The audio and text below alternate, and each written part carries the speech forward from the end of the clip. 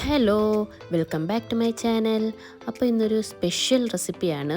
നമുക്ക് വീട്ടിൽ തന്നെ നല്ല സോഫ്റ്റ് ആയിട്ടുള്ളൊരു എള്ളുണ്ട ഉണ്ടാക്കിയാലോ.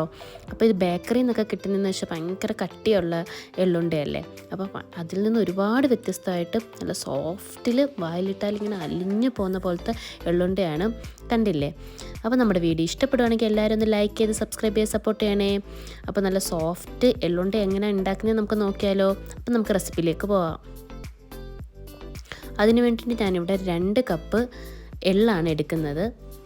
250 ml 2 കപ്പ് എള്ളാണ് എടുക്കുന്നത്.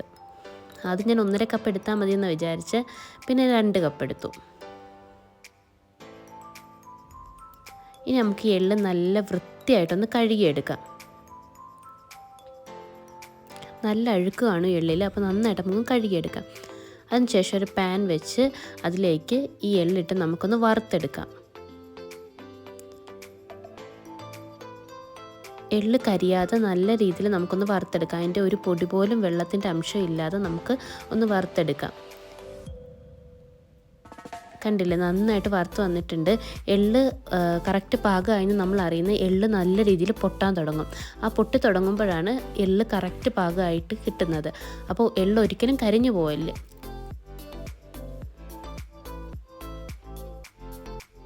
അപ്പോൾ ഇങ്ങനെ കൈവിടാതെ നല്ല രീതിയിൽ നമ്മൾ നന്നായിട്ടൊന്ന് മിക്സ് ചെയ്തുകൊണ്ടിരിക്കുക.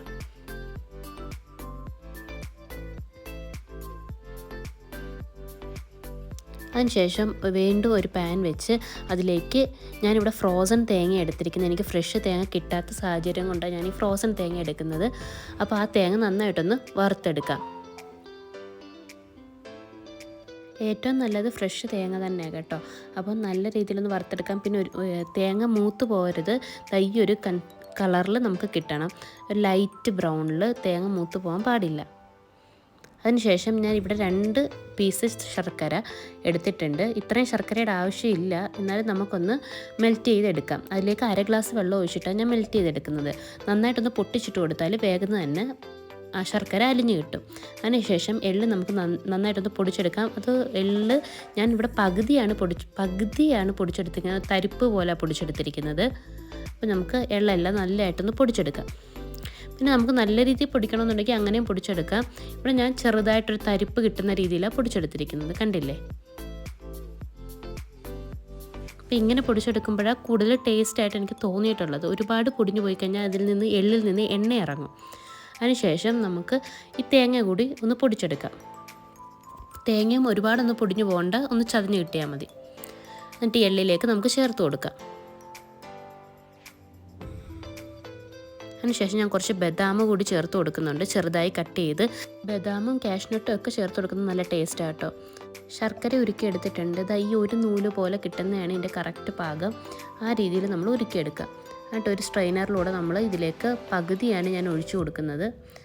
ആവശ്യാനുസരണം ഒഴിച്ചു കൊടുക്കാം. നന്നായിട്ടൊന്ന് കുഴച്ച് നോക്കുക. കുഴച്ച് നോക്കുമ്പോൾ നമുക്ക് പിടിക്കാൻ പാകത്തിന് ആയിട്ടുണ്ടെങ്കിൽ അത്രയും ശർക്കര നമ്മൾ ചേർത്ത് കൊടുക്കുക. പിന്നെ മധുരം കൂടുതൽ വേണമെന്നുണ്ടെങ്കിൽ അതിനനുസരിച്ച് ചേർത്ത് കൊടുക്കുക. ഞാനൊരു മീഡിയം മധുരമാണ് ഇവിടെ എടുക്കുന്നത്. കണ്ടില്ലേ, കറക്റ്റ് പിടിക്കാൻ പാകത്തിന് നമുക്ക് കിട്ടിയിട്ടുണ്ട്. അപ്പോൾ നമുക്കിതെല്ലാം ഒന്ന് ബോൾസാക്കി ഉരുട്ടിയെടുക്കാം. സൂപ്പർ ടേസ്റ്റ് ആട്ടോ. നമ്മൾ വിചാരിക്കുന്ന പോലൊന്നും അല്ല, അടിപൊളി ടേസ്റ്റാണ്. ബേക്കറിയിൽ നിന്ന് കിട്ടുന്ന ഒരു ടേസ്റ്റേ അല്ല. ബേക്കറിയിൽ നിന്ന് കിട്ടുന്നതിന് നല്ല കട്ടിയല്ല, ഇതിന് അടിപൊളി ടേസ്റ്റാണ് കേട്ടോ.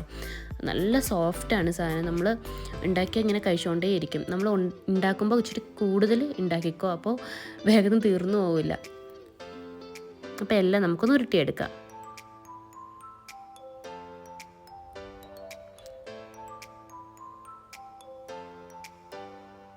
അപ്പോൾ എല്ലാം ഞാനിവിടെ ഉരുട്ടിയെടുത്തിട്ടുണ്ട്.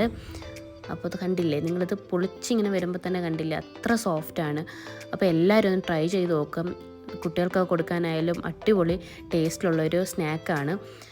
അപ്പോൾ എന്തായാലും എല്ലാവരും ഒന്ന് ട്രൈ ചെയ്ത് നോക്കണം. എൻ്റെ ഫീഡ്ബാക്ക് അറിയിക്കണം.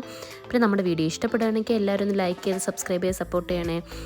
പിന്നെ ഈ എള്ളുണ്ട ഉണ്ടാക്കിയതിന് ശേഷം നിങ്ങൾ റെഫ്രിജറേറ്ററിൽ തന്നെ സൂക്ഷിക്കുക.